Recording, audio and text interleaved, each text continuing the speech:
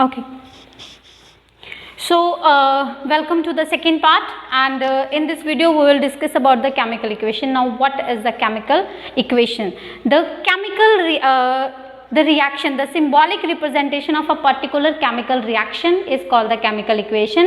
It used to have the reactants, and reactants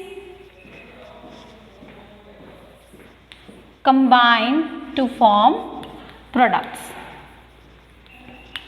Right, we used to have reactants in a chemical equation. On the left hand side we have reactants, and when reactants combine it lead to the formation of a product. Right, so in this video we will learn how to balance a chemical equation.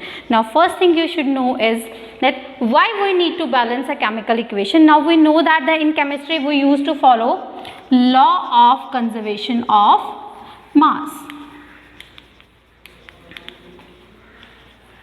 And this law states that mass can neither be created nor be destroyed. It's simply converted from the one form to another. This means that the mass of the reactants should be equal to the mass of product. Then only this law will be verified, and if this law will be verified, then only the chemical reactions will be possible. Right. So following the law of conservation of mass, the reactants converted to the products. So in a simple way we used to say that the left hand side in a chemical reaction or the chemical equation should be equal to the right hand side, then only the chemical equation is possible. Right. So after this I will take examples to explain this.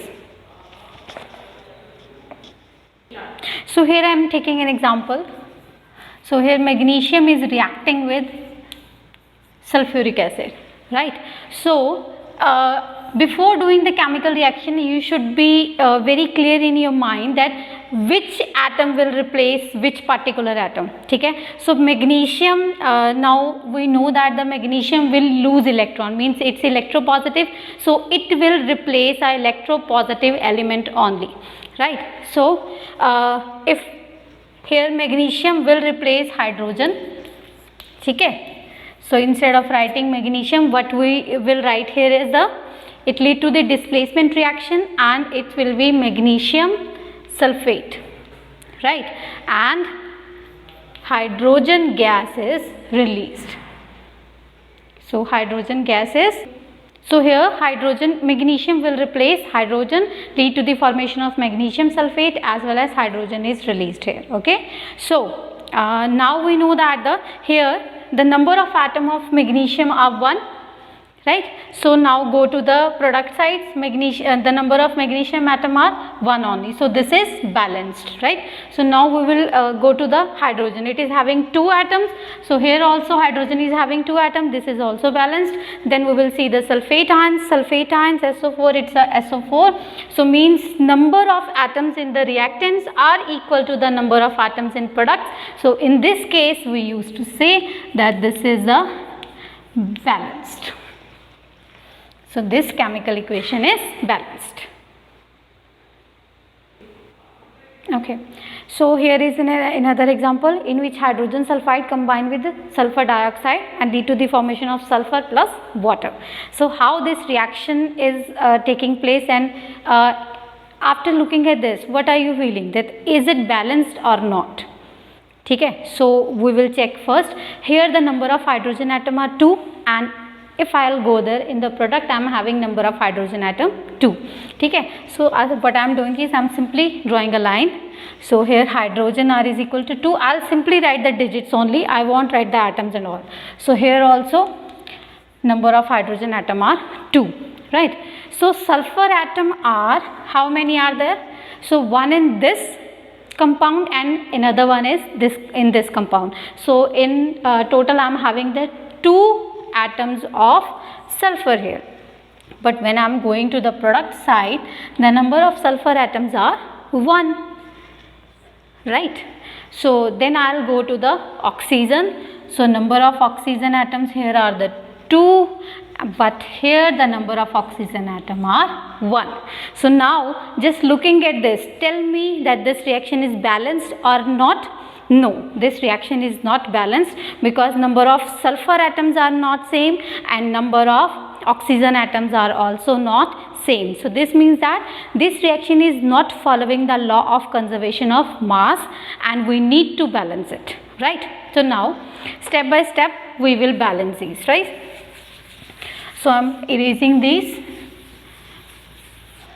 Okay, so now go for it.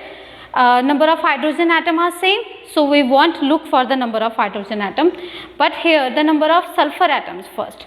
2 sulfur atoms are there, so I am writing 2 over here. 2 sulfur atoms, so now it seems balanced because number of sulfur atoms are same in case of reactants as well as the product, right?